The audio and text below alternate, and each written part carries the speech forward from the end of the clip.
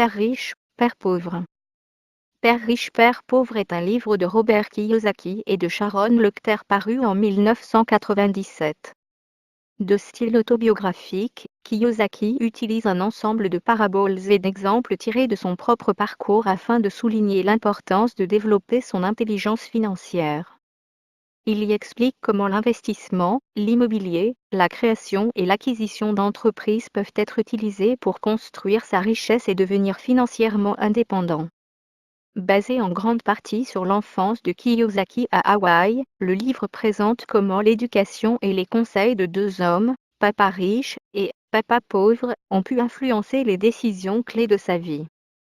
Tous deux ont des attitudes très différentes vis-à-vis de l'argent, du travail ou du système scolaire, que Kiyosaki compare régulièrement. Parmi les sujets abordés, on peut trouver l'histoire personnelle de Robert Kiyosaki, l'éducation qu'il a reçue pendant son enfance et sa carrière dans l'investissement du début de l'âge adulte à la fin des années 1990. La différence entre un actif et un passif. Ce que les riches enseignent à leurs enfants à propos de l'argent que les pauvres et la classe moyenne ne font pas. L'idée que la résidence principale n'est pas un actif, mais un passif.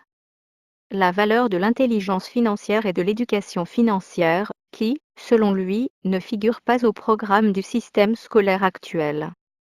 Le rôle important que jouent les compétences commerciales, financières et l'expérience dans le succès financier. Prospérer dans une société capitaliste nécessite de cultiver à la fois ses capacités entrepreneuriales et son côté investisseur. L'importance de l'investissement et de l'entrepreneuriat. Kiyosaki reprend le point de vue sur la fortune de son ancien mentor Dr.